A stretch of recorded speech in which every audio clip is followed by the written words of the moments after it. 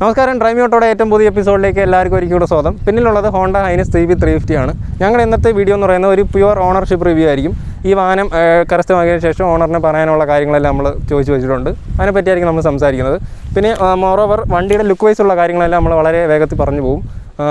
നമുക്ക് മെയിനായിട്ടുള്ളത് ഈ വണ്ടിയുടെ പോസിറ്റീവ്സ്, നെഗറ്റീവ്സ്, അതുപോലെ ആരൊക്കെ ഉപയോഗിക്കണം, എന്തൊക്കെ പർപ്പസിന് വേണ്ടിയിട്ട് ഈ വാഹനം ഉപയോഗിക്കണം എന്നുള്ളതായിരിക്കും. അപ്പോൾ ഞങ്ങളിന്ന് റിവ്യൂ ചെയ്യാനായിട്ട് കൊണ്ടുവന്നിരിക്കുന്നത് ഹോണ്ട ഹൈനസിൻ്റെ DLX എന്ന് പറയുന്ന മോഡലാണ്. ഗ്ലോസി ബ്ലാക്ക് ഉള്ള നമ്മുടെ ബേസ് മോഡലായിരിക്കും ഈ വണ്ടി. അപ്പോൾ ഈ ഒരു വണ്ടിയുടെ ഡെലിവറി വീഡിയോ ഒക്കെ നിങ്ങൾ കണ്ടിട്ടുണ്ടായിരിക്കും. അന്ന് ഡെലിവറി ചെയ്തതിൻ്റെ അന്ന് തന്നെ ഞങ്ങൾ കുറച്ച് ഈ വീഡിയോയ്ക്ക് വേണ്ടിയിട്ട് കുറച്ച് റൈഡ് ചെയ്തിട്ടുണ്ടായിരുന്നു. അതിനുശേഷം ഞങ്ങളുടെ ഒരു ദിവസം ഞാനും എൻ്റെ ഒരു ഫ്രണ്ടിൻ്റെ വണ്ടിയാണിത്, പുള്ളിക്കാരനുമായിട്ട് നമ്മളൊരു ദിവസം ഇതിന് എന്തെങ്കിലും പോരായ്മകളൊക്കെ ഉണ്ടോ എന്ന് അറിയാനായിട്ട് കുറച്ച് ഹില്ലി ഏരിയയിലൊക്കെ ഒരു റൈഡൊക്കെ പോയായിരുന്നു. ചെറിയ ട്രിപ്പൊക്കെ പോയിട്ടുള്ള ഒരു അനുഭവം കൂടെ ആയിരിക്കും നമ്മളിന്ന് പറയാൻ പോകുന്നത്. അപ്പോൾ ആദ്യം തന്നെ നമുക്ക് ലുക്ക് വൈസ് ഉള്ള കാര്യങ്ങൾ തന്നെ തുടങ്ങാം. ലുക്ക് വൈസ് ഉള്ള കാര്യങ്ങൾ വളരെ വേഗത്തിൽ തന്നെ പറഞ്ഞു പോകാം. നമുക്ക് കുറേ ഫ്രണ്ടിൽ നിന്ന് ബാക്ക് ഫ്രണ്ടിലോട്ട് പോകുമ്പോൾ തന്നെ ഒരുപാട് ക്രോമിൻ്റെ എലമെൻറ്റ്സ് വരുന്നുണ്ട്. വണ്ടിയുടെ ലുക്ക് കൂട്ടാൻ വേണ്ടിയിട്ട് തന്നെ ആയിരിക്കണം ഹൈനസ് അങ്ങനെ ചെയ്തിരിക്കുന്നത്. പ്ലസ് അഡീഷണൽ ആയിട്ട് വരുന്നത് നമുക്ക് ഇൻഡിക്കേറ്റേഴ്സ് എല്ലാം നമുക്ക് DRL ആണ്, ഡേ ടൈം റണ്ണിങ് ലാമ്പായിട്ട് ആക്ട് ചെയ്യുന്നതാണ്. പിന്നെ അതുപോലെ തന്നെ നമുക്ക് അവിടെ ഇൻഡിക്കേറ്ററിന് വേണ്ടിയിട്ട് ഒരു ഹസാർഡ് സ്വിച്ചും വരുന്നുണ്ട്. ഹോണ്ട ഹൈനസിന് വേണ്ടി ഒരുക്കിയിരിക്കുന്ന ഡുവൽ ക്രാഡിൽ ഫ്രെയിമാണ്. നമ്മുടെ ഷാസി വളരെ സ്ട്രോങ് ആണ്. ഡുവൽ ക്രാഡിൽ ഫ്രെയിം ആയതുകൊണ്ട് തന്നെ വൈബ്രേഷൻ വളരെയധികം കുറവുണ്ട്. അപ്പോൾ അതൊരു നല്ല കാര്യമായിട്ട് എനിക്ക് തോന്നി. ഒരു ഡീസൻറ്റ് സ്വിച്ച് ക്വാളിറ്റി ഉണ്ടെന്നൊക്കെ തന്നെ നമുക്ക് പറയാം. പിന്നെ ഒരു പ്രശ്നം വരുന്നത് നമ്മുടെ ഹോൺ സൈഡ് വരുമ്പോൾ നമുക്ക് ഈ ഹോണിൻ്റെ ഇൻഡിക്കേറ്ററിൻ്റെ ഒരു പൊസിഷൻ ചെറിയൊരു അഡ്ജസ്റ്റ്മെൻ്റ് ഉണ്ട്. മുകളിലെ ഹോണും താഴെ ഇൻഡിക്കേറ്ററാണ്. അപ്പോൾ ഒന്ന് യൂസ്ഡ് ആവാൻ സമയമെടുക്കും. ടയറിൻ്റെ കാര്യം നോക്കിക്കഴിഞ്ഞാൽ 19 ഇഞ്ചും 18 ഇഞ്ചുമാണ് വരുന്നത്. ഒരു വേറിട്ട കോമ്പിനേഷനാണ്. നമ്മൾ ഒരുപക്ഷെ മറ്റ് ബൈക്കുകളിലൊന്നും കണ്ടിട്ടില്ലാത്തൊരു കോമ്പിനേഷൻ ആയിരിക്കും. അപ്പോൾ തന്നെ എനിക്ക് തോന്നിയിട്ടുള്ളൊരു ഡൗട്ട് എന്ന് പറയുമ്പോൾ കോർണറിങ്ങിന് ഇത് എത്രമാത്രം മികച്ചതായിരിക്കും എന്നുള്ളൊരു സംശയം ഉണ്ടായിരുന്നു. സർപ്രൈസിംഗ്ലി നമുക്ക് പ്രശ്നങ്ങളൊന്നും ഉണ്ടായിട്ടില്ല. കാരണം കോർണറിങ് ചെയ്യുമ്പോൾ നല്ല എഫക്റ്റീവായിട്ട് തന്നെയാണ് തോന്നിയത്. MRFിൻ്റെ സ്റ്റോക്ക് ടയറാണ് വന്നിരിക്കുന്നത്. അതുകൊണ്ട് തന്നെ കുറച്ചൊന്ന് ശ്രദ്ധിക്കുക എന്നുള്ളേ ഉള്ളൂ. അപ്പോൾ അത് ടയറിൻ്റെ കാര്യം പറയുമ്പോൾ അത്ര തന്നെയാണ്. ഹെഡ്ലൈറ്റിൻ്റെ കാര്യം നോക്കുമ്പോൾ വളരെ വെറൈറ്റി ആയിട്ടൊരു ഫുള്ള് LED പാക്കേജാണ് വരുന്നത്. വിസിബിലിറ്റി ഒരു ആവറേജ് ആണ്. ഒരുപാട് ഗുഡാണെന്ന് പറയത്തില്ല, എന്നാൽ ഒട്ടും മോശമല്ലാത്തൊരു ഹെഡ്ലൈറ്റാണ് വരുന്നത്. നമുക്ക് ഇൻസ്ട്രുമെൻറ്റ് ക്ലസ്റ്ററിൽ കാര്യങ്ങളൊക്കെ നോക്കുമ്പോൾ ഒരുപാട് ഫീച്ചേഴ്സ് വരുന്നുണ്ട്. നമുക്ക് ഒട്ടും പ്രതീക്ഷിക്കാത്ത കുറേ ഫീച്ചേഴ്സ് വരുന്നുണ്ട്. ഈവൻ ട്രാക്ഷൻ കൺട്രോൾ പോലും ഈ ഒരു വണ്ടിക്ക് ഹോണ്ട ഒരുക്കിയിട്ടുണ്ട്. ഹോണ്ട സെലക്റ്റബിൾ ടോർക്ക് കൺവെർട്ടർ എന്ന് പറയുന്ന ഒരു പേരിലാണ് നമുക്ക് ഈ വണ്ടിയിലെ ട്രാക്ഷൻ കൺട്രോളിന് ഹോണ്ട നൽകിയിരിക്കുന്ന പേര്. അപ്പോൾ അതൊക്കെ തന്നെയാണ് ആവറേജ് നമുക്ക് ഓവറോൾ നോക്കുമ്പോൾ ഉള്ളൊരു ഫീച്ചേഴ്സ്. ഇനി നമുക്ക് ഇതിനെപ്പറ്റി കൂടുതൽ റൈഡിൻ്റെ കാര്യങ്ങളായിരിക്കും പറയാനുള്ളത്. ആദ്യം തന്നെ സസ്പെൻഷനിൽ തുടങ്ങാം. സസ്പെൻഷൻ രണ്ടും അതായത് ഫ്രണ്ട് ടെലിസ്കോപ്പിക്കാണ്, ബാക്കിൽ നമുക്ക് അഡ്ജസ്റ്റബിൾ ആണ്. എങ്കിൽ പോലും പറയേണ്ട ഒരു കാര്യം എന്ന് പറഞ്ഞാൽ രണ്ടും ബാലൻസ്ഡ് ആണ്. വളരെ നല്ലൊരു സസ്പെൻഷനായിട്ടാണ് എനിക്ക് ഫീൽ ചെയ്തിട്ടുള്ളത്. ശരിക്കും പറഞ്ഞാൽ നമുക്ക് ഏറ്റവും കൂടുതൽ കൺഫ്യൂസിങ് ആവുന്ന ഒരു കാര്യം എന്ന് പറഞ്ഞു കഴിഞ്ഞാൽ ഇതൊരു ക്രൂസ് ബൈക്ക് ആണോ അതോ ഒരു സ്ട്രീറ്റ് ബൈക്ക് ആണോ ഒരു കഫേ റേസർ ആണോ എന്നുള്ളൊരു കൺഫ്യൂഷൻ വരും. ഒരു തെറ്റിദ്ധാരണ ഉണ്ട്, ഇതൊരു ക്രൂസ് ബൈക്ക് ആണെന്ന് എല്ലാവരും പറയുന്നുണ്ട്. ഇത് ക്രൂസർ ബൈക്ക് അല്ല ശരിക്കും പറഞ്ഞാൽ. അപ്പോൾ നമുക്ക് പിന്നെ വരുന്നൊരു ഓപ്ഷൻ വരുന്ന കഫേ റേസറുണ്ട്, സ്ട്രീറ്റ് ബൈക്കുണ്ട്. കഫേ റേസർ ഒരിക്കലും അല്ല, ഇത് നമുക്ക് കാണുമ്പോഴറിയാം ഇത് ടൂർ ചെയ്യാൻ പറ്റുന്ന ഒരു മോഡലാണ്. അപ്പോൾ ഇത് വരുന്നൊരു സ്ട്രീറ്റ് ബൈക്ക് സെഗ്മെൻറ്റാണ്. പക്ഷേ ഇതൊരു പക്ക സ്ട്രീറ്റ് ബൈക്കാണെന്ന് എനിക്ക് തോന്നിയില്ല. ഇതൊരു ക്രൂസർ ബൈക്കിനും സ്ട്രീറ്റ് ബൈക്കിനും ഇടയ്ക്ക് മിഡായിട്ട് നിൽക്കുന്ന ഒരു സെഗ്മെൻറ്റായിട്ടാണ് എനിക്ക് തോന്നിയത്. അപ്പോൾ അതുകൊണ്ട് തന്നെ നമുക്കിതിൻ്റെ ബ്രേക്കിങ്ങിൻ്റെ കാര്യത്തിൽ തന്നെ ആദ്യം തന്നെ തുടങ്ങാം. സാധാരണ ക്രൂസർ ബൈക്കുകളാണെങ്കിൽ ബാക്ക് ബ്രേക്കിനായിരിക്കണം കൂടുതൽ ബൈറ്റ് വരേണ്ടത്. സ്ട്രീറ്റ് ബൈക്ക് ആണെങ്കിൽ ഏകദേശം അതുപോലെയൊക്കെ തന്നെയാണ്. നമുക്കിതിൻ്റെ ബ്രേക്കിങ്ങിനെ പറ്റി സംസാരിക്കുമ്പോൾ ഫ്രണ്ടിൽ 310 അതുപോലെ പുറകിൽ 240 mm ബ്രേക്കാണ് നമുക്ക് കിട്ടുന്നത്. ഡുവൽ ചാനൽ ABSും വലിയ ഡിസ്കുകളും കൂടി ചേർന്നപ്പോൾ ഹൈനസിന് നല്ല ബൈറ്റുള്ള ബ്രേക്കുകൾ ലഭിച്ചു. സെഗ്മെന്റിൽ റിയർ ബ്രേക്കും നല്ലതായി തോന്നി. ഹൈനസിൻ്റെ ഒരു കോമ്പീറ്റർ എന്ന് പറയുമ്പോൾ നമുക്ക് റോയൽ എൻഫീൽഡ് എന്നാണ് പൊതുവെ എല്ലാവരുടെ സംസാരം. അതൊരു ക്രൂസർ ബൈക്കാണ്, ഇത് പക്ഷേ ഒരു പക്ക ക്രൂസർ അല്ല. അപ്പോൾ തന്നെ ഒരുപാട് അഡ്വാൻസ്ഡ് ആയിട്ടുള്ള ഫീച്ചറാണ്. ആ വാഹനം ഓടിക്കും പോലെ അല്ല. നമുക്ക് ഏറ്റവും കൂടുതൽ നമുക്ക് എല്ലാവർക്കും ഉണ്ടാകുന്ന ഒരു തെറ്റിദ്ധാരണ മാറ്റിയ ഒരു വാഹനമാണ് ഈ ഒരു ഹൈനസ്. കാരണം നമ്മൾ പൊതുവെ എഞ്ചിൻ നോക്കുകയാണെങ്കിൽ ഇതൊരു ലോങ് സ്ട്രോക്ക് എഞ്ചിനാണ്. ലോങ് സ്ട്രോക്ക് എഞ്ചിനിൽ റിഫൈൻമെൻറ്റ് അതുപോലെ വൈബ്രേഷൻ മുതലായ കാര്യങ്ങളെല്ലാം ഒരു അതിലുണ്ടെന്ന് പറയപ്പെടും. പക്ഷേ ഹൈനസ് എന്ന് പറയുന്നത് ഈ അതിലെല്ലാം വെട്ടിക്കടന്നുകൊണ്ട് വരുന്ന ഒരു മുതലായിപ്പോയി. കാരണം ഒട്ടും വൈബ്രേഷൻ ഇല്ല, വളരെ സ്മൂത്താണ്, റിഫൈൻഡ് ആണ്. ഇതിൻ്റെ ഒരു എനിക്ക് തോന്നുന്നു ഇതിൻ്റെ ഒരു കോമ്പീറ്റർ എന്നൊക്കെ പറയാൻ നമുക്ക് മോജോ ടൈപ്പോ അങ്ങനെ ഏതെങ്കിലും ഒരു ഡോമിനാറോ അങ്ങനെ ഏതെങ്കിലുമൊക്കെ ഒരു സ്പോർട്സ് ബൈക്കുമായിട്ടൊക്കെ വേണമെങ്കിൽ താരതമ്യം ചെയ്യുക. കാരണം അതിൻ്റെ എഞ്ചിൻ എന്ന് പറഞ്ഞാൽ അത്രയ്ക്കും പക്ക ആയിട്ട് റിഫൈൻഡ് ആണ്. 348 cc 30 Nm ടോർക്ക് 20.7 bhp കരുത്തുള്ള ഹോണ്ട ഹൈനസിൻ്റെ ഒരു ഫ്യൂൽ ടാങ്ക് കപ്പാസിറ്റി എന്ന് പറയുന്നത് 15 ലിറ്ററാണ്. ടാങ്ക് സൈസ് നമുക്ക് നോക്കുമ്പോൾ കാണാം അത്യാവശ്യം ബൾക്കി ആയിട്ടാണ്. പക്ഷേ ടാങ്കിന് കുറച്ച് മൂവ്മെൻ്റ് ഉണ്ട്. പൊതുവേ ഉള്ളൊരു കംപ്ലയിൻ്റ് ആണ്. പിടിച്ച് ഇളക്കി ഇട്ടില്ല എന്നുണ്ടെങ്കിൽ കുഴപ്പമൊന്നുമില്ല. എന്നാലും പൊതുവേ ഒരു നെഗറ്റീവ് കണ്ടെത്താൻ വേണ്ടിയിട്ട് ആളുകൾ പറയുന്നൊരു സംഭവമുണ്ട്, ടാങ്കിന് ഒരു ചെറിയ മൂവ്മെൻറ്റ് ഉണ്ടെന്നുള്ളത്. ഹോണ്ടയുടെ അത്യാവശ്യം ഏതൊരു വാഹനം എടുത്ത് നോക്കിയാലും നമുക്ക് ഏറ്റവും അട്രാക്റ്റീവായിട്ട് തോന്നുന്ന അതിൻ്റെ ഒരു ക്ലച്ച് ആയിരിക്കും. ക്ലച്ച് വളരെ സോഫ്റ്റാണ് പൊതുവേ ഹോണ്ടയുടെ വണ്ടികളിൽ. ഈ ഒരു വണ്ടിയിലൊക്കെ വരുമ്പോൾ സ്ലിപ്പർ ക്ലച്ച് അവൈലബിൾ ആണ്. വളരെ സോഫ്റ്റ് ആയിട്ടൊരു ക്ലച്ചാണ്. നമുക്ക് ഒട്ടും തന്നെ കൈ ടയർഡായിട്ട് തോന്നത്തില്ല. സീറ്റ് റൈഡിലൊക്കെ നമുക്ക് ഇത് ട്രാഫിക്കൊക്കെ വരുമ്പോൾ നമുക്ക് എടുത്തുകൊണ്ട് പോകുന്ന നേരത്ത് കൈ വേദന വരുന്നൊരു പ്രശ്നമില്ല.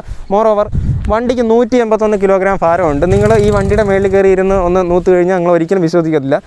ഞാൻ മുമ്പേ പറഞ്ഞ പോലെ നമ്മുടെ റോയൽ എൻഫീൽഡിലാണെങ്കിലും പഴയ നമ്മുടെ ആദ്യത്തെ BS4 മോഡലൊക്കെ ഇട്ട് നോക്കിയാലും ഒരു 186 കിലോ വരുന്നുണ്ട്. നമ്മൾ ആ ഒരു വണ്ടി യൂസ് ചെയ്യും പോലെ അല്ല ഈ ഒരു വണ്ടി എന്ന് പറയുന്നത്. കാരണം വളരെയധികം കൗണ്ടർ ബാലൻസ്ഡ് ആണ്. നമ്മുടെ മെറ്റിയോറിനൊക്കെ സംഭവിച്ച പോലെ തന്നെയാണ്. വെയിറ്റ് ബാലൻസ് ചെയ്യുന്ന കാര്യത്തിൽ ഹോണ്ട ഒട്ടും കുറവ് വരുത്തിയിട്ടില്ല. നല്ല ബാലൻസ്ഡ് ആണ്. അതുകൊണ്ട് തന്നെ സിറ്റിയിലൊക്കെ നമുക്ക് ടാക്കിൾ ചെയ്തുകൊണ്ട് കൊണ്ടുപോകാൻ പറ്റും. പക്ഷേ അവിടെയും കുറച്ച് പോരായ്മകളുണ്ട്. അതിനെപ്പറ്റി നമുക്ക് പിന്നെ സംസാരിക്കാം. ഇനി സീറ്റിൻ്റെ കാര്യം പറയാം. സീറ്റ് അത്യാവശ്യം നല്ല കുഷൻഡ് ആയിട്ടുള്ളൊരു സീറ്റാണ്. പില്ലൻ സീറ്റ് ആണെങ്കിലും ഒട്ടും മോശമാണെന്ന് പറയാൻ പറ്റത്തില്ല. നല്ല സീറ്റ് തന്നെയാണ്. പിന്നെ പലരും സ്പ്ലിറ്റ് സീറ്റ് പോലുള്ള കാര്യങ്ങൾ ഇപ്പോൾ ഹൈനസിനായിട്ട് ഇറങ്ങിയിട്ടുണ്ട്. അതൊക്കെ യൂസ് ചെയ്യുന്നുണ്ട്. അവരൊക്കെ പറയുന്നതെന്ന് പറഞ്ഞു കഴിഞ്ഞാൽ സ്പ്ലിറ്റ് സീറ്റ് വരുമ്പോൾ ഒരു 2 ഇഞ്ചിൻ്റെ എന്തോ ചെറിയൊരു വ്യത്യാസം വീതിയിലെന്തോ വരുന്നുണ്ട്. കൂടുതൽ കംഫർട്ടബിൾ ആണ് എന്നാണ് പറയുന്നത്. സീറ്റിൽ ഇനിയും വേണമെങ്കിൽ ഹോണ്ടയ്ക്ക് ഇമ്പ്രൂവ് ചെയ്യാമായിരുന്നു. പക്ഷേ ഒട്ടും ഡിഫക്റ്റ് ആയിട്ടല്ല ആ കാര്യം പറയുന്നത്. ഗിയർ ബോക്സിനെ പറ്റി സംസാരിക്കാം. ഗിയർ ബോക്സ് എല്ലാം വളരെ പ്രിസൈസ് ആണ്, ഷാർപ്പാണ്. നമുക്ക് കുറച്ച് ലെങ്തിലാണ് ഈ ഗിയർ ബോക്സ് എന്ന് പറയാം. കാരണം നമുക്ക് ഓരോ ഗിയർ ഇട്ട് കഴിഞ്ഞാൽ ഇപ്പോൾ 5th ഗിയറൊക്കെ നമുക്കൊരു മിനിമം 60 കിലോമീറ്റർ സ്പീഡ് വേണ്ടി വരും. അതായിരുന്നു ഞാൻ നേരത്തെ പറഞ്ഞ സിറ്റിയിൽ പോകുമ്പോൾ ഉള്ളൊരു പോരായ്മ എന്ന് പറഞ്ഞത്. നമുക്ക് ഓരോ ഗിയറിനുള്ള ആ ഒരു പഞ്ചുണ്ട്. ഇപ്പോൾ നമ്മളൊരു ക്രൂസർ ബൈക്ക് യൂസ് ചെയ്യുകയാണെങ്കിൽ നമുക്ക് ഫസ്റ്റ് ഗിയർ ഇട്ട് എടുക്കുമ്പോൾ നമുക്ക് ആ ഒരു ടോർക്ക് ഫീൽ ചെയ്യും. പക്ഷേ ഇതിന് അങ്ങനെയല്ല. ഇതിന് ഓരോ ഗിയറിൻ്റെയും ലിമിറ്റ് എന്ന് പറയുന്നത് അങ്ങ് ടോപ്പിൽ കിടക്കുകയാണ്. ഇത് ശരിക്കും പറഞ്ഞാൽ ഒരു വലിയ ഹൈ സ്പീഡിന് പോകാനുള്ള ഒരു വണ്ടിയൊന്നും അല്ലെങ്കിൽ പോലും നമ്മളിതൊന്ന് യൂസ് ചെയ്ത് ഇഷ്ടപ്പെട്ട് കഴിഞ്ഞാൽ നമുക്ക് അധികം സ്പീഡിൽ പോകാനായിട്ട് തോന്നിക്കും. അതാണ് ഈ വണ്ടിയുടെ ഒരു സ്വഭാവം എന്ന് പറയുന്നത്. അപ്പോൾ നമ്മുടെ ഈ ഗിയർ റേഷ്യോ പറ്റി ഞാനിപ്പോൾ സംസാരിച്ചു. നമ്മളിപ്പം ഫോർ എക്സാമ്പിൾ ഞാനിപ്പോൾ ഫസ്റ്റ് ഗിയർ ഇട്ട് കുറച്ച് ക്ലച്ചൊക്കെ പോപ്പ് ചെയ്ത് നല്ല രീതിയിൽ പെട്ടെന്നൊന്ന് ടയർ കറക്കിയെടുക്കാൻ നോക്കിയാലും അധികമൊന്നും ഈ വണ്ടിയുടെ ടയർ കറങ്ങത്തില്ല. കാരണം ഇതിൻ്റെ ടോർക്ക് ഉണ്ട് എന്ന് ടോർക്കിനെ നമ്മുടെ ന്യൂമറിക്കൽ ഫിഗേഴ്സിൽ നോക്കുമ്പോൾ ടോർക്കുണ്ട്, ഒട്ടും കുറവല്ല. പക്ഷേ വണ്ടിയുടെ ആക്ട് ചെയ്യുമ്പോൾ അങ്ങനെയല്ല. മാത്രമല്ല വണ്ടിക്ക് ട്രാക്ഷൻ കൺട്രോൾ പോലുള്ള ഫീച്ചേഴ്സ് കൊടുത്തിട്ടുണ്ട്. ട്രാക്ഷൻ കൺട്രോളൊക്കെ പൊതുവേ വരുന്നതെന്ന് പറഞ്ഞാൽ നമ്മുടെ കൈ കൊടുക്കുമ്പോൾ നല്ല രീതിയിൽ ടയർ സ്കിഡായി ബാലൻസ് പോകാതിരിക്കാനൊക്കെയാണ്. വെറ്റ് സർഫസിലും ഒക്കെ അങ്ങനെ സംഭവിക്കാതിരിക്കാനാണ്. എങ്കിൽ പോലും ഈ വാഹനത്തിന് ട്രാക്ഷൻ കൺട്രോൾ വന്നിട്ടുണ്ട്. അത് ഒരുപക്ഷേ ഹോണ്ട ഹൈനസിൻ്റെ നല്ലൊരു മികച്ച ഒരു സെയിൽസിന് വേണ്ടി തന്നെ ആയിരിക്കണം ഹോണ്ട ആ ഒരു ഫീച്ചർ കൊടുത്തേക്കുന്നത്. ട്രിവാൻഡ്രം ബിഗ് വിങ്ങിൽ നിന്നാണ് ഈ വാഹനം കരസ്ഥമാക്കിയത്. DLX മോഡലാണ്, ബേസ് മോഡലാണ്. 2,40,000 രൂപയാണ് ഓണറിന് ഈ വാഹനത്തിന് മേളിലായിട്ടുള്ളത്. സർവീസിൻ്റെ കാര്യം പറയുമ്പോൾ നമുക്ക് ആദ്യത്തെ 1000 കിലോമീറ്ററിൽ ഒരു സർവീസ് ഉണ്ട്. ഓണറിന് 1,700 രൂപകളായിട്ടുണ്ട്. രണ്ടാമത് വരുന്നത് പിന്നെ 6000 കിലോമീറ്റർ വെച്ചിട്ടാണ്. ഓരോ 6000 കിലോമീറ്ററിൽ 6000, 12000 അങ്ങനെ ഓരോ കിലോമീറ്ററിലായിരിക്കും ഇനി അടുത്ത സർവീസുകളെല്ലാം പോകുന്നത്. അപ്പോൾ ഒരു ഡീസൻ്റ് ആയിട്ട് ഈ ഒരു വണ്ടിയുടെ ഒരു പെർഫോമൻസും കാര്യങ്ങളും വെച്ച് നോക്കുമ്പോൾ ഒരു ഡീസൻ്റ് റേറ്റ് തന്നെയാണെന്ന് നമുക്ക് പറയാം. ഞാൻ ഇത്രയും നേരം സംസാരിച്ചതിൽ ഈ വാഹനത്തിൻ്റെ കുറേ പോസിറ്റീവ്സ് കാര്യങ്ങളൊക്കെ ഉണ്ടായിരുന്നു. ഇനി നെഗറ്റീവ്സും തോന്നിയിട്ടുണ്ട്. ഞാൻ പറഞ്ഞു നമ്മളിത് കുറച്ചൊരു ചെറിയ ട്രിപ്പിനൊക്കെ കൊണ്ടുപോയായിരുന്നു. അപ്പോൾ ജെന്യൂനായിട്ട് റിവ്യൂ ചെയ്യുമ്പോൾ ഇതിൻ്റെ നെഗറ്റീവ്സും ഉണ്ട്.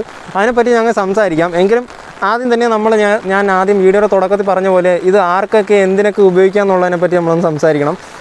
സിറ്റിയിൽ ഇതിന് എത്രത്തോളം യൂസ്ഫുള്ളാണ്, ഈ ഒരു വണ്ടി എത്രത്തോളം മാച്ചിങ് ആണെന്ന് ചോദിച്ചു കഴിഞ്ഞാൽ നമുക്ക് വണ്ടി വെയിറ്റ് കുറവായതുകൊണ്ട് തന്നെ നേരത്തെ പറഞ്ഞ പോലെ തന്നെ നമുക്ക് ടാക്കിൾ ചെയ്തിട്ടൊക്കെ പോകാൻ ഈസിയാണ്. കാലിന് സീറ്റ് ഹൈറ്റ് അത്യാവശ്യം നോർമലായിട്ടൊരു ഹൈറ്റാണ്. ഒരുപാട് ഇതിൽ വലിയ ഹൈറ്റുള്ളൊരു വണ്ടിയൊന്നും അല്ല, ഒരു മീഡിയം ലെവലുള്ള ഹൈറ്റാണ്. പിന്നെ നമുക്ക് ഫുട്ട് പെഗിലോട്ട് വരുമ്പോൾ ഫുട്ട് പെഗ് ഒരു ന്യൂട്രൽ പൊസിഷനാണ്. ഞാൻ ഇരുന്ന് കാണിച്ചു തരാം.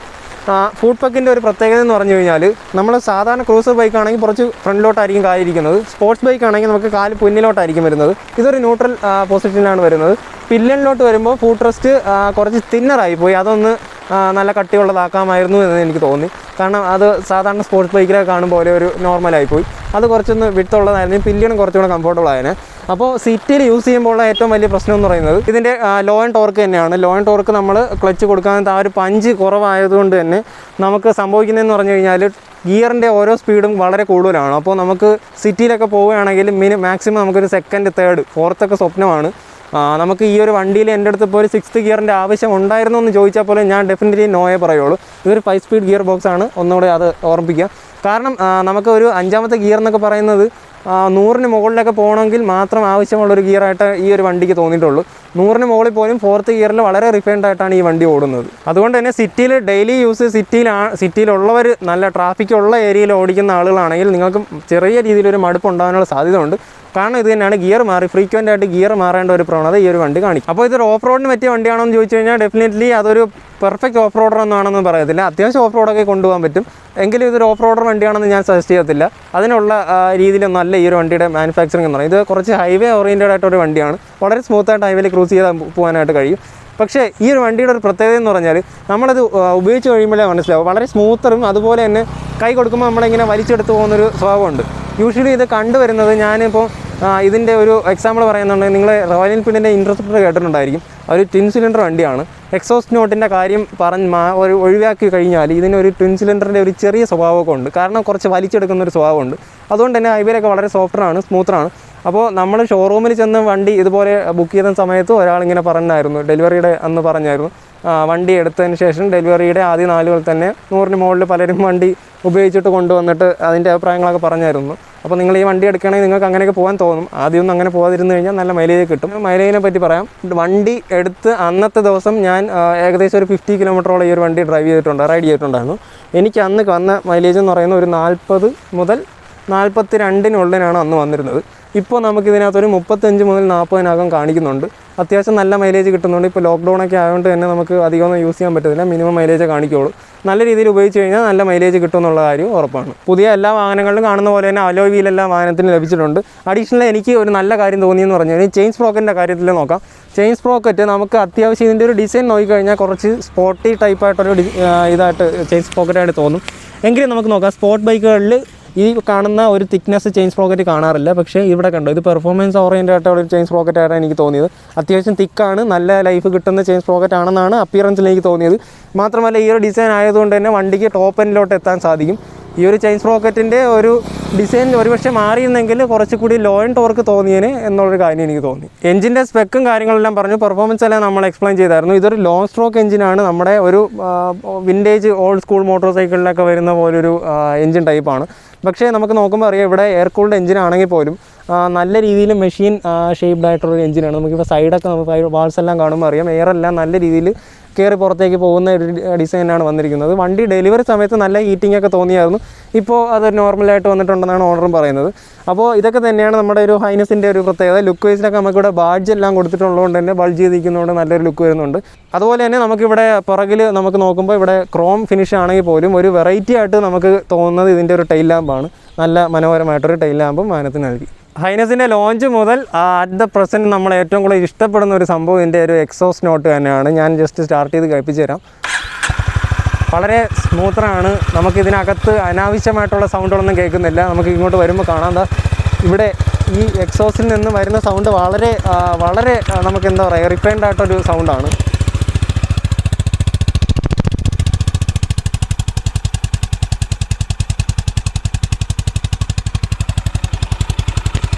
ഞാൻ എഞ്ചിൻ്റെ ഭാഗത്തേക്കൊന്ന് പോകാം. എഞ്ചിൻ്റെ നോയ്സ് കാര്യങ്ങൾ എന്തെങ്കിലും ഉണ്ടോ നിങ്ങൾ എന്നെ ഒന്ന് കേട്ട് നോക്കിയാൽ മതി.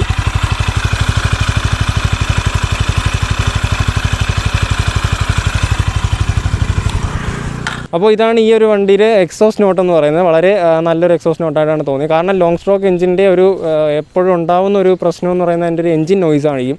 എക്സോസ്റ്റ് നോട്ടൊക്കെ നല്ല രീതിയിലുണ്ടെങ്കിലും നമുക്ക് ഉള്ളിൽ ടാപ്പ് ആൻഡ് നോയ്സ് പോലുള്ള ഇഷ്യൂസ് വരാറുണ്ടായിരുന്നു. ഇതിപ്പോൾ 3 മാസമായിട്ടുണ്ട് ഈ വാഹനം വാങ്ങിയിട്ട്. അതിന് ഇപ്പോഴും അങ്ങനെ എഞ്ചിനിൽ നിന്ന് അനാവശ്യമായിട്ടുള്ള നോയ്സോ കാര്യങ്ങളൊന്നും വന്നിട്ടില്ല. ഇനി ആരൊക്കെ ഈ വാഹനം ഉപയോഗിക്കണമെന്ന് നോക്കാം. ടൂർ ചെയ്യാൻ പറ്റുന്ന ഒരു നല്ല വണ്ടിയാണ്. കാരണം ഇതിൻ്റെ ഹാൻഡിൽ ബാറൊക്കെ നമുക്ക് കയറി നോക്കുമ്പം അറിയാം, വളരെ വൈഡറായിട്ടുള്ള ഹാൻഡിലാണ്. നമുക്ക് ആഫ്റ്റർ മാർക്കറ്റ് ഹാൻഡിലോട്ട് പോകേണ്ട ഒരു പ്രവണതയില്ല, കാരണം വളരെ വൈഡറാണ്.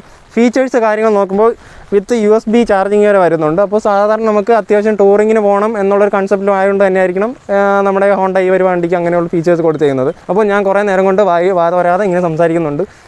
ഇനി നമുക്ക് ഈ വാഹനത്തിൻ്റെ നെഗറ്റീവ്സിനെ പറ്റി നമ്മൾ നോക്കണം. നെഗറ്റീവ്സ് എന്ന് പറഞ്ഞു കഴിഞ്ഞാൽ നമ്മളെല്ലാ രീതിയിലും നോക്കിയതിന് ശേഷം നമുക്ക് മനസ്സിലായിട്ടുള്ള കുറച്ച് കാര്യങ്ങളാണ്. വളരെ സീരിയസ് നെഗറ്റീവ്സ് ഒന്നുമല്ല. ഇതൊരു മോശം വണ്ടിയാണെന്ന് കാണിക്കാനോ അങ്ങനെയുള്ള കാര്യങ്ങളൊന്നുമല്ല. നമുക്ക് ജെന്യുവനായിട്ട് തോന്നിയിട്ടുള്ള കുറച്ച് കാര്യങ്ങൾ സംസാരിക്കും. വളരെ നല്ല വണ്ടി തന്നെയാണ്.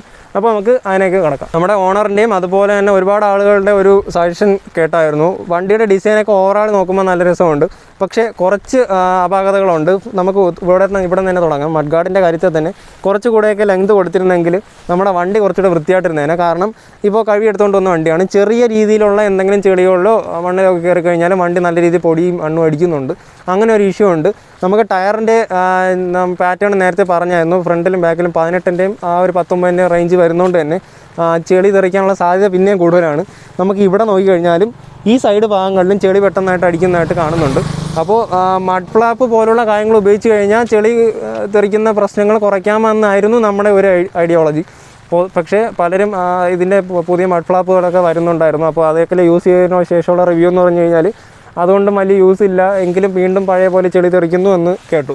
അത് നമ്പർ 1. വണ്ടിക്ക് ലോ ആൻഡ് ടോർക്ക് നോക്കുമ്പോൾ പവർ ഫിഗേഴ്സിലെല്ലാം കാണിക്കുന്നുണ്ട്, പക്ഷേ ലോ ആൻഡ് ടോർക്ക് കുറച്ച് കുറവാണ്. അതുകൊണ്ട് തന്നെ ഞാൻ നേരത്തെ പറഞ്ഞ ഗിയർ ഷിഫ്റ്റിങ്ങിൽ ഫ്രീക്വൻ്റ് ആയിട്ട് ഗിയർ ഷിഫ്റ്റ് ചെയ്യേണ്ടി വരുന്നത് കുറച്ച് ബുദ്ധിമുട്ടുള്ള കാര്യമാണ്. അങ്ങനെ തോന്നി, അത് ഒരു കാര്യം. പിന്നെ അതുപോലെ തന്നെ നമ്മൾ ഈ വണ്ടി അത്യാവശ്യം ഓഫ് റോഡ് കൊണ്ട് പോകേണ്ടി വന്നു കഴിഞ്ഞാൽ നമ്മൾ ഫേസ് ചെയ്യാൻ പോകുന്ന ഒരു ഇഷ്യൂ ഇതായിരിക്കും.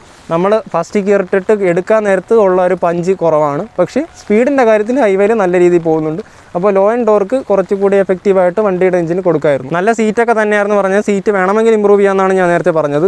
ഈ സീറ്റ് നമ്മളിവിടെ കണക്ട് ചെയ്തിരിക്കുന്നത് ഒരു സിംഗിൾ ബോൾട്ടിനാണ്. അതുകൊണ്ട് തന്നെ ഇതിനകത്ത് റാറ്റ്ലിംഗ് സൗണ്ട് കേൾക്കാൻ സാധ്യതയുണ്ട്. നിങ്ങളിവിടെ നോക്കുമ്പോൾ മനസ്സിലാവുമായിരിക്കും, ഇവിടെ ഒരു LNGയുടെ സപ്പോർട്ടിലായിരിക്കും ഈ സീറ്റ് ഇവിടെ കൊടുത്തിരിക്കുന്നത്. ഒരു എഞ്ചിൻ കാർഡിൻ്റെ അസാന്നിധ്യം നന്നായി അറിയുന്നുണ്ട്. പ്രത്യേകിച്ച് ചെളിയും മണ്ണും വളരെ വേഗം അടിക്കുന്നതുകൊണ്ട് തന്നെ ഒരു എഞ്ചിൻ കാർഡ് വേണമായിരുന്നു. എഞ്ചിൻ്റെ പ്രൊട്ടക്ഷന് വേണ്ടി നമ്മുടെ ഡുവൽ ക്രാഡിൽ ഫ്രെയിമിന് ഒരു എഞ്ചിൻ കാർഡിൻ്റെ ആവശ്യം കൂടി ഉണ്ടായിരുന്നു. 15 ലിറ്ററാണ് ഈ വാഹനത്തിൻ്റെ ഫ്യൂൽ ടാങ്ക് കപ്പാസിറ്റി. അത്യാവശ്യം ഡീസൻ്റ് ആയിട്ടുള്ളൊരു കപ്പാസിറ്റിയാണ്, കൂടുതലല്ല കുറവുമല്ല, ആവറേജാണ്. അപ്പോൾ ഇത്രയും 15 ലിറ്ററോളം പെട്രോൾ താങ്ങാൻ കഴിയുന്ന പെട്രോൾ ടാങ്കിൻ്റെ ഫിറ്റിംഗ് കുറച്ചുകൂടി സ്ട്രോങ് ആവാമെന്ന് തോന്നി. കുറച്ച് ഒരു മൂവ്മെൻ്റ് ഉണ്ട്, ഞാൻ നേരത്തെ പറഞ്ഞ പോലെ തന്നെ. അത് കുറച്ചുകൂടെ ഒന്ന് ക്ലിയർ ചെയ്താൽ നല്ലതായിരിക്കും. മിററിൻ്റെ കാര്യമാണ് എനിക്കിനി രണ്ടാമത്തെ സംസാരിക്കാനുള്ളത്. അതായത് മിററിൻ്റെ ലെങ്ത് വളരെ കുറവായിപ്പോയെന്ന് തോന്നി. മിററിൻ്റെ മൊത്തത്തിലുള്ള ആവറേജ് സൈസ് ഒരു നോർമലാണ്, പക്ഷേ നമുക്കിവിടെ ലെങ്ത് കുറവാണ്. നമുക്ക് ഷോൾഡറെല്ലാം വിസിബിളായിട്ട് കാണുന്നൊരു പ്രവണത ഈ ഒരു വണ്ടിയുടെ മിററിനുണ്ട്. മിറർ നന്നാക്കിയിരുന്നെങ്കിൽ നല്ലതായിരുന്നു. നമ്മുടെ ഹോണ്ട ഹൈനസ് ഓണേഴ്സിൻ്റെ ഒരു വാട്സപ്പ് ഗ്രൂപ്പിൽ നമ്മൾ സന്ദർശിച്ചപ്പോൾ ഏറ്റവും കൂടുതൽ പറഞ്ഞിട്ടുള്ളൊരു പരാതിയായിരുന്നു ഫ്രണ്ട് സസ്പെൻഷൻ്റെ ഭാഗത്ത് നിന്ന് എന്തോ ഒരു സൗണ്ട് വരുന്നുണ്ടെന്ന്. അതായത് കുറച്ച് ഓഫ് റോഡ് പോലുള്ള ഗട്ടറിലൊക്കെ ഇറങ്ങുമ്പോൾ സൗണ്ട് കേൾക്കുന്നതെന്ന്. അതിപ്പോൾ അവസാനം ഫൈനലി നമ്മൾ അറിഞ്ഞതെന്ന് പറഞ്ഞാൽ ഇതിൻ്റെ കോണും ബോളിൻ്റെ ആ ഒരു ഏരിയയിൽ നിന്നാണ് ആ സൗണ്ട് കേൾക്കുന്നതെന്നാണ്. അങ്ങനെ ഒരു സൗണ്ട് ശ്രദ്ധയിൽപ്പെട്ടിട്ടുണ്ട്. അതൊരു നെഗറ്റീവായിട്ടാണ് ആളുകൾ പറയുന്നത്. ഞാൻ മുന്നേ പറഞ്ഞ പോലെ തന്നെ അത്യാവശ്യം നല്ല ടോപ്പ് എൻഡിലൊക്കെ പോകാൻ പറ്റുന്ന ഒരു വണ്ടിയാണ്. എങ്കിൽ കൂടി ഇതിനകത്ത് വിൻ ബ്ലാസ്റ്റ് വരുന്നുണ്ട്. വേറൊന്നും കൊണ്ടല്ല, നമുക്ക് ഫ്രണ്ടിലൊരു വിൻഷീൽഡ് വരാത്തതുകൊണ്ടായിരിക്കണം നമുക്ക് വിൻ ബ്ലാസ്റ്റ് ഫീൽ ചെയ്തിട്ടുണ്ടായിരുന്നു. അപ്പോൾ ഇതൊക്കെ തന്നെയാണ് ഇതിൻ്റെ മെയിൻ നെഗറ്റീവ്സ് എന്ന് പറയുന്നത്. പിന്നെ ഫൂട്ട് റെസ്റ്റിൻ്റെ കാര്യം നേരത്തെ പറഞ്ഞു. നിങ്ങൾ ഇവിടെ ഫൂട്ട് റെസ്റ്റ് നോക്കുമ്പോൾ അറിയായിരിക്കും, ഇത് വളരെ തിന്നറായിപ്പോയി, കുറച്ച് തിക്കറായിരുന്നെങ്കിൽ നല്ലതായിരുന്നേന്. ഹൈനസിന് നമുക്ക് ഇവിടെ സൈഡിൽ സാധാരണ യൂണിക്കോണിൽ പോലും കാണാൻ കഴിയുന്ന ഒരു ഫീച്ചർ എന്ന് പറഞ്ഞാൽ നമുക്ക് ഇവിടെ ഈ കീ യൂസ് ചെയ്ത് ഹെൽമെറ്റൊക്കെ ലോക്ക് ചെയ്യാൻ പറ്റുന്ന ഒരു സംഭവമുണ്ട്. പക്ഷേ അതുണ്ടായിരുന്നിട്ട് പോലും രണ്ട് സൈഡിലെ ടൂൾ ബോക്സ്, നമുക്ക് ഈ കാണുന്ന ബോക്സും രണ്ടും കീ അല്ല, നമുക്ക് ബാറ്ററി ബോക്സ് വരുന്നത് നമുക്ക് കീയിൽ ഓപ്പൺ ചെയ്യാൻ കഴിയുന്നുണ്ട്. മറ്റേടോ നമുക്ക് ഇവിടെ ഈ സീറ്റിൻ്റെ ഭാഗത്ത് അഴിച്ചിട്ടുള്ള അതേ അല്ലെങ്കിൽ യൂസ് ചെയ്യേണ്ടതാണ് അവിടെ അഴിക്കേണ്ടത്. അപ്പോൾ ഇത്രയൊക്കെ തന്നെയാണ് മെയിൻ നെഗറ്റീവ്സ് എന്ന് പറയുന്നത്. ഞങ്ങൾ ജസ്റ്റ് ബേസിക്കലി നമ്മൾ ഇത്ര കിലോമീറ്റർ യൂസ് ചെയ്തതിന് ശേഷം മനസ്സിലായ കാര്യമാണ്. 3 മാസമാണ് ഈ വാഹനത്തിൻ്റെ പ്രായം എന്നൊക്കെ പറയുന്നത്. അപ്പോൾ ഇതൊന്നും വലിയ മേജർ ഡിഫക്റ്റുകളല്ല എന്നുള്ളത് നിങ്ങൾക്കിപ്പോൾ കേട്ടപ്പോൾ തന്നെ മനസ്സിലായി കാണും. മോറോവർ ഒരുപാട് പോസിറ്റീവ്സ് ഉള്ളൊരു വണ്ടിയാണ്, വളരെ സ്മൂത്ത് ആയിട്ടൊരു വണ്ടിയാണ്. അപ്പോൾ ഹോണ്ട ഹൈനസിൻ്റെ ഇന്നത്തെ ഇവിടുത്തെ റിവ്യൂ പൂർണ്ണമാവുകയാണ്. ഞാൻ അത്യാവശ്യം എല്ലാ കാര്യങ്ങളും പറഞ്ഞു എന്ന് തന്നെയാണ് എൻ്റെ വിശ്വാസം. ക്ഷമിക്കണം, ഞാൻ മാസ്ക് യൂസ് ചെയ്തിട്ടുണ്ട്, ഒരു പബ്ലിക് റോഡാണ്, അപ്പോൾ ലിമിറ്റേഷൻസ് ഉണ്ട്. അപ്പോൾ നിങ്ങൾക്ക് എന്തെങ്കിലും ഇത് ഈ ഒരു വാഹനമായിട്ട് എന്തെങ്കിലും റിലേറ്റഡ് ക്വറീസോ ഡൗട്ട്സോ എന്തെങ്കിലും ഉണ്ടെങ്കിൽ ചോദിക്കാം. നമുക്കറിയാവുന്ന എല്ലാ കാര്യങ്ങളും നമ്മൾ ഷെയർ ചെയ്യുന്നതായിരിക്കും. മാക്സിമം കമൻറ്റ് സെക്ഷനിൽ ഇൻട്രാക്ട് ചെയ്യാൻ ശ്രമിക്കും. മാത്രമല്ല എന്തെങ്കിലും കൂടുതൽ കാര്യങ്ങൾ ഓണറിൻ്റെ ഭാഗത്ത് നിന്ന് അറിയണമെങ്കിൽ നിങ്ങൾക്ക് നമുക്ക് നമ്മുടെ ഇൻസ്റ്റാഗ്രാമിൽ ഡ്രൈവിംഗ് ഓട്ടോയിൽ നമുക്ക് വരാം, അല്ലെങ്കിൽ നമ്മുടെ കമൻറ്റ് സെക്ഷനിൽ വന്നാൽ മതി. അപ്പോൾ ഇത്രയൊക്കെ ഉള്ളൂ ഇന്നത്തെ വീഡിയോ. ടീം ഡ്രൈവിംഗ് ഓട്ടോ ഈ signing out for today. Thank you.